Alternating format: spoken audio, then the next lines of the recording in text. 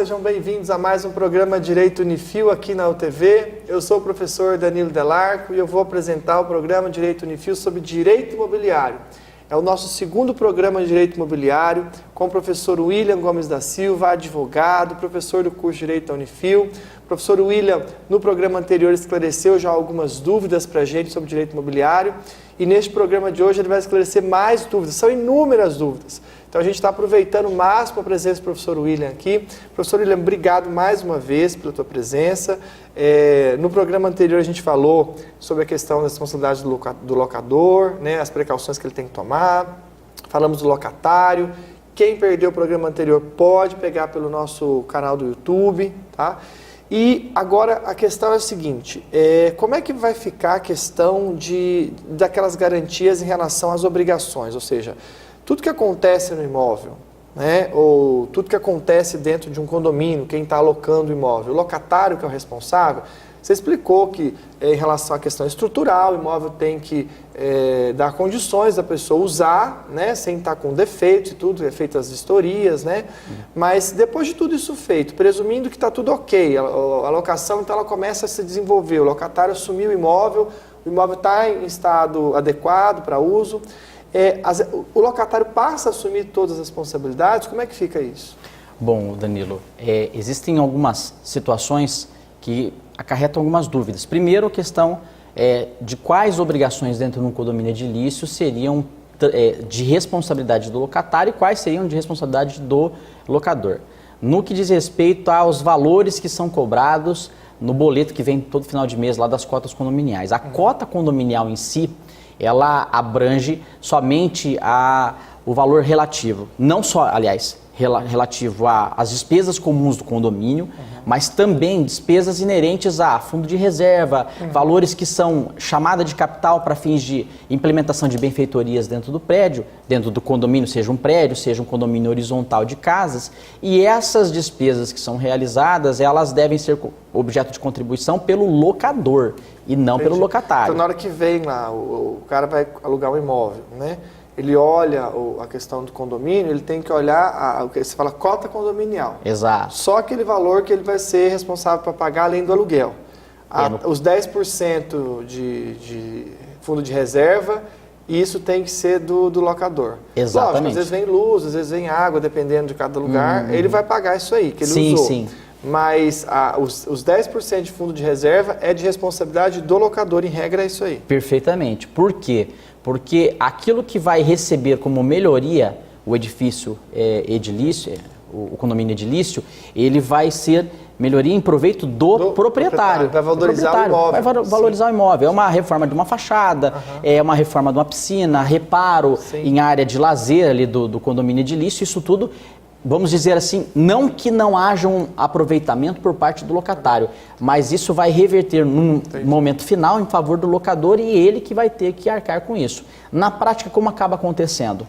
O locatário, ele recebe a cota, o boleto lá da cota condominial, onde está lá discriminado cota condominial, taxa de fundo de reserva, chamada de capital, valor de reforma, não sei do que. Então, esses valores que excedem a cota condominial e as despesas de água, quando é separado, luz, energia não vem ele junto ali. Aquelas coisas, aí é dele.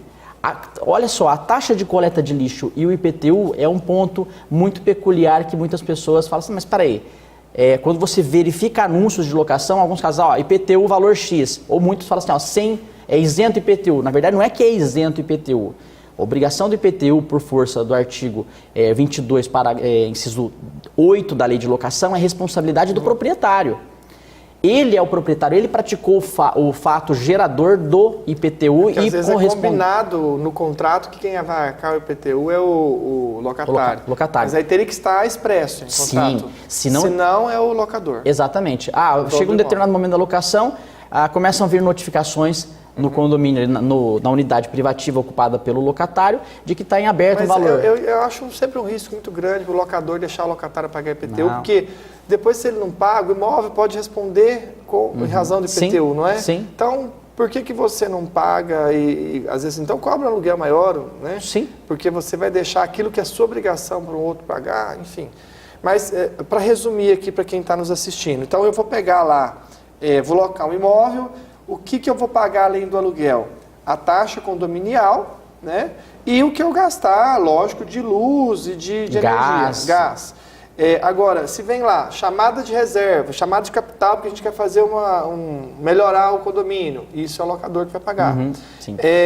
Se tem lá o fundo de reserva, isso é o locador que vai pagar. Perfeitamente. E o que você falou, como é que o IPTU? O IPTU, se não ficar combinado no contrato expressamente, quem também vai pagar é o locador, que é o dono do imóvel. Exatamente. E a taxa de coleta de lixo. Coleta de lixo ela está agregada à cobrança realizada pelo município, porque o serviço é realizado pelo município. Então ele segue o mesmo entendimento em relação ao IPTU. Quem paga isso também é o locador. Sim. Entendi. Tá. Então o locatário que está nos assistindo aí, presta atenção nisso, hein?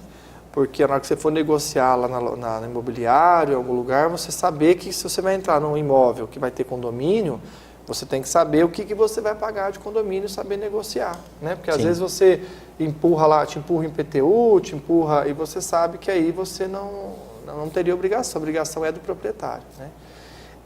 Em relação à garantia, eu queria deixar claro aqui e perguntar para você sobre o fiador. A gente sabe que, como você colocou no primeiro programa, que existem algumas garantias, que pode ser cheque calção, às vezes ser seguro fiança, né? E às vezes o fiador. E ainda a gente sabe que tem muito a figura do fiador nas locações.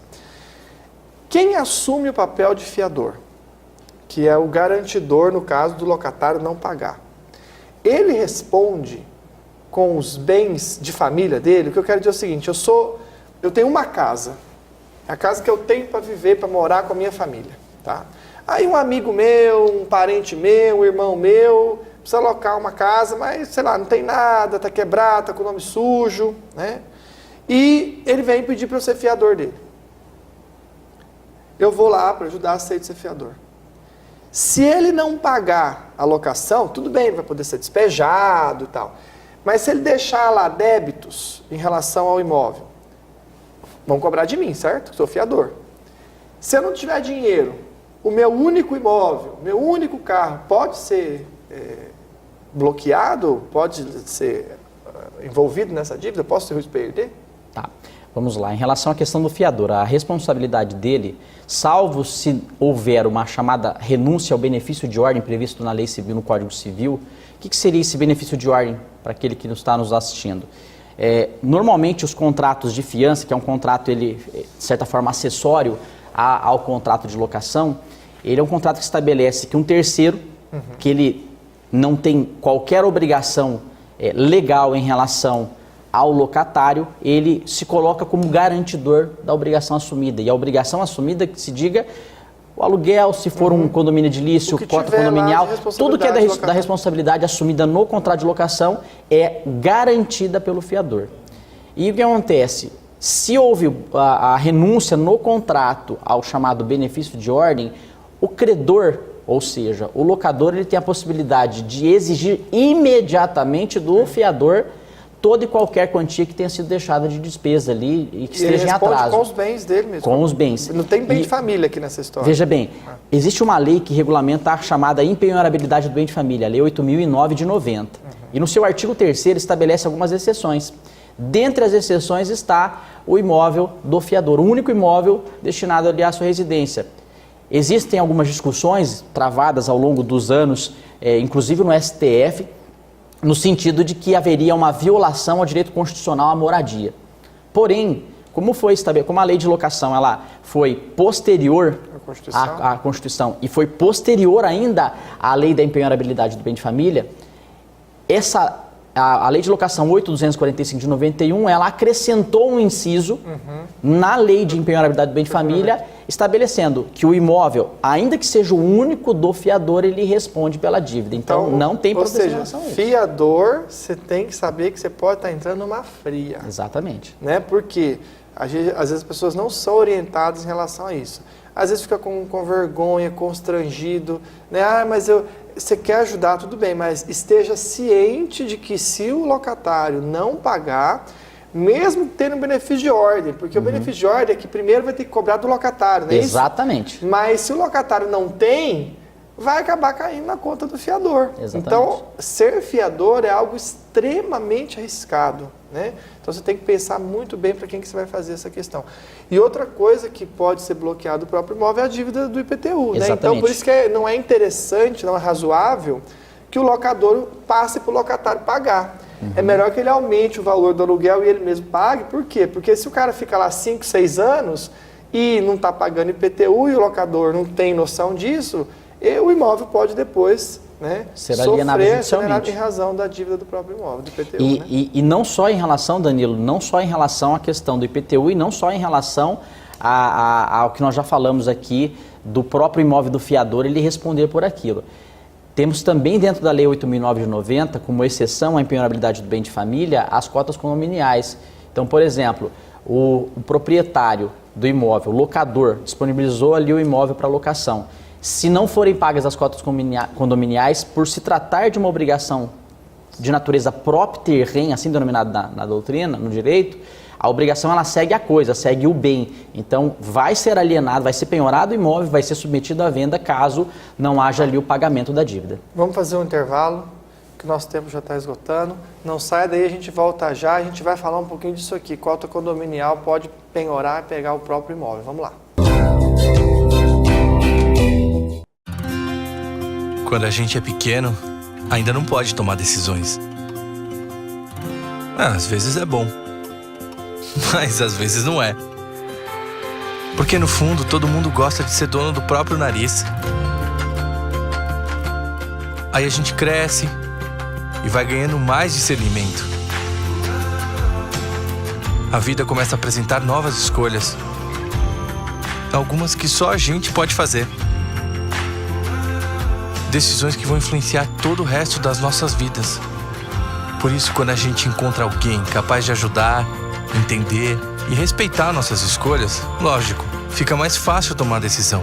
E eu já decidi.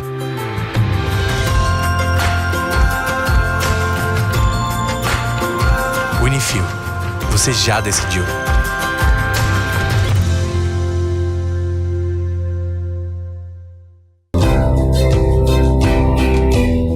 Olá, voltamos a apresentar o programa Direito Unifil aqui na UTV. Nós estamos falando de direito imobiliário com o professor William. O professor William que é professor do curso de Direito da Unifil. Professor William, nós encerramos o primeiro bloco e você chamando a atenção que não é só o IPTU, não é só a questão do fiador que tem o risco do imóvel, bem de família, do único imóvel ir para garantia, né? Ir para leilão, enfim, ser bloqueado.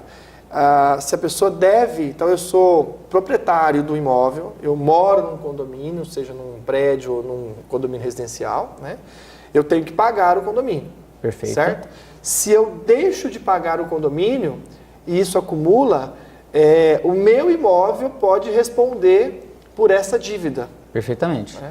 Então, que fique claro para quem aí é proprietário e mora num imóvel que tem condomínio, se você deixar de pagar o condomínio e não tiver condições depois, o próprio condomínio vai executar os valores, né?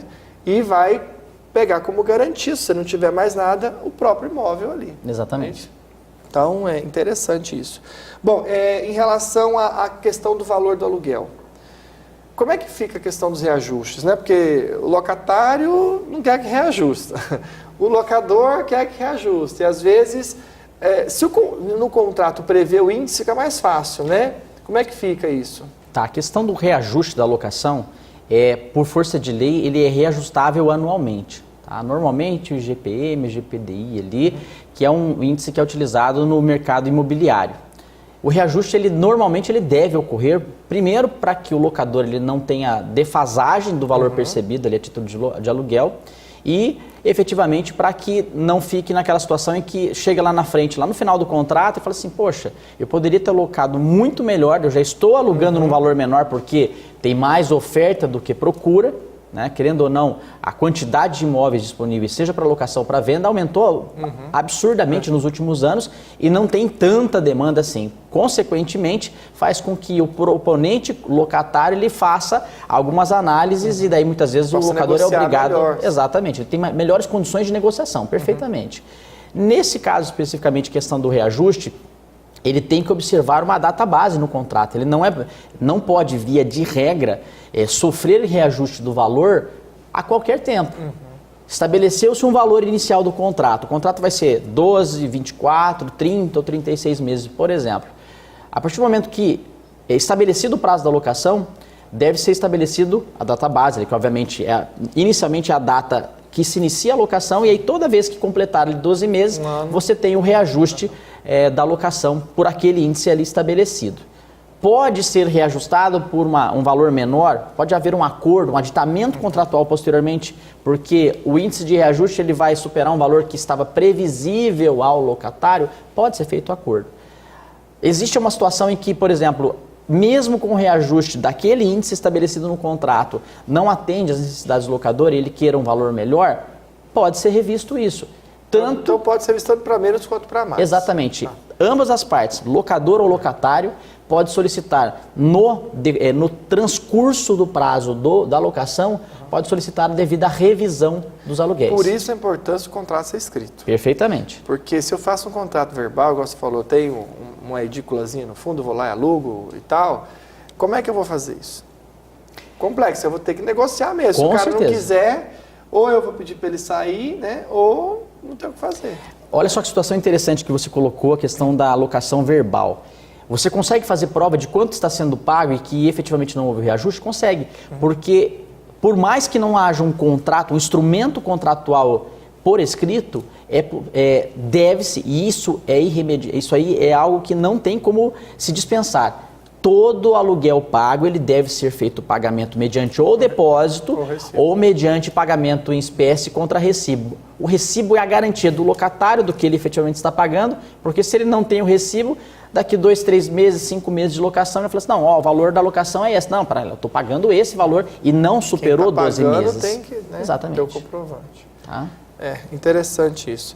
Bom, a gente está chegando próximo do final, mas eu queria que você esclarecesse um pouquinho em relação à obrigatoriedade do locador em relação ao imóvel, restrições do crédito e atendo aos requisitos de renda. Como é que fica isso? Olha só, quando você submete, você busca um imóvel, você gostou, verificou o imóvel, é esse perfil de imóvel que eu quero. Aquele que está administrando o imóvel, seja o particular, o próprio proprietário ou a imobiliária, ela requer que você preencha alguns documentos, que você apresente alguns documentos ali, por exemplo, certidões negativas de inscrição em cadastro de restrição ao crédito, certidões muitas vezes do fórum para saber se você tem alguma demanda, certidões do fiador, daquele que vai ser o garantidor da locação, e é importante que no momento da avaliação se ele vai liberar o imóvel para locação ou não, para aquele proponente locatário, que se certifique de que existe uma situação de saúde. Ninguém está isento hoje, Danilo, de, por exemplo, por uma dificuldade num determinado mês, num determinado dia, sim, acabar atrasando algumas obrigações. Isso é, de certa forma, natural. Ninguém quer, mas pode acabar acontecendo.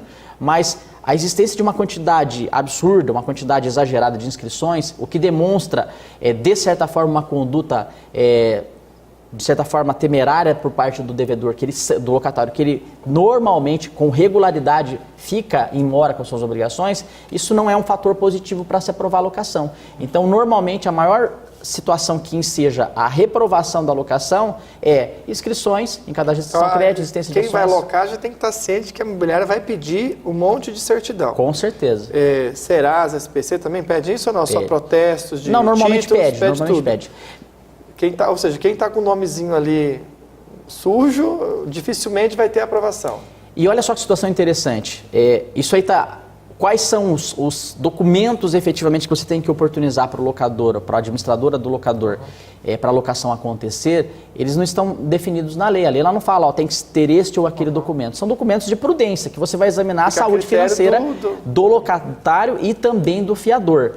Mas, por exemplo, existem situações que têm se tornado correntes, que é a substituição do fiador pela caução. Por quê? Mediante a prestação de caução, que é garantia normalmente até 3 aluguéis, o valor dos 3 aluguéis, o que acaba acontecendo? Se houver algum problema de inadimplência, algum descumprimento contratual, tem um valor depositado que serve como garantia. E aí o cara não precisa de fiador nesse caso, né? Não, nesse caso não. Tem a caução. Exato. E nesse ponto é importante deixar um esclarecimento registrado. não se pode exigir nos contratos de locação mais de um tipo de garantia. Inclusive, ele tipifica um crime, tá? É um tipo de garantia somente para as locações. Ou é calção, é o seguro, ou é calção, é o seguro, ou é fiança. fiador, exatamente. Entendi. Tá. Então, quem vai locar hoje o imóvel vai ter que estar ciente que vai passar por todos esses procedimentos. Sim, né? exatamente. E o duro, como é que faz? A pessoa não tem fiador, não tem o nome limpo, ele vai ter, como é que ele loca o imóvel? Hoje, então, dificilmente ele vai conseguir locar um imóvel. Muitas vezes fica inviabilizado, mas uma saída que muitos locadores acabam possibilitando é a verificação de uma pessoa que ele tem conhecimento de que que é óbvio que se não conseguir o fiador vai ser mais difícil de você conseguir alguém que fique responsável como locatário do imóvel, mas o ocupante do imóvel é outra pessoa. Estudante, por exemplo. Nossa cidade é uma cidade universitária e muitas pessoas vêm de fora para morar em Londrina por locação. Então daí fica uma pessoa responsável como locatário e daí se indica no contrato quem é o ocupante do imóvel. É uma solução que tem sido encontrada. Quer dizer, na prática, dá-se um jeito. Dá-se um jeito, sem dúvida. Mas tem que tomar esses cuidados. Perfeito. Em relação, o que eu quero falar no próximo programa é em relação aos financiamentos. Perfeito. Tá? Eu vou financiar o imóvel, a gente sabe que hoje caiu bastante os financiamentos, né? Mas alguns cuidados que tem que observar, algumas garantias, mas nosso tempo já esgotou, mais uma vez, são muitas perguntas e o nosso tempo é pequeno, mas, professor William, vamos fazer mais um último programa, um terceiro programa, Ok. tá? E quero agradecer a tua audiência, quero agradecer a tua presença, tá? Obrigado. Não saia daí, continue assistindo às nossas programações, lembre-se que nós temos pós-graduação em Direito na Unifil, Direito Imobiliário já está andando já, Direito Penal vai começar agora, Direito Civil, Direito do Trabalho, Perícias Judiciais. Faça uma pós-graduação na Unifil e agora com nota 5 no MEC no Direito, né? Muito obrigado pela sua audiência. Até mais.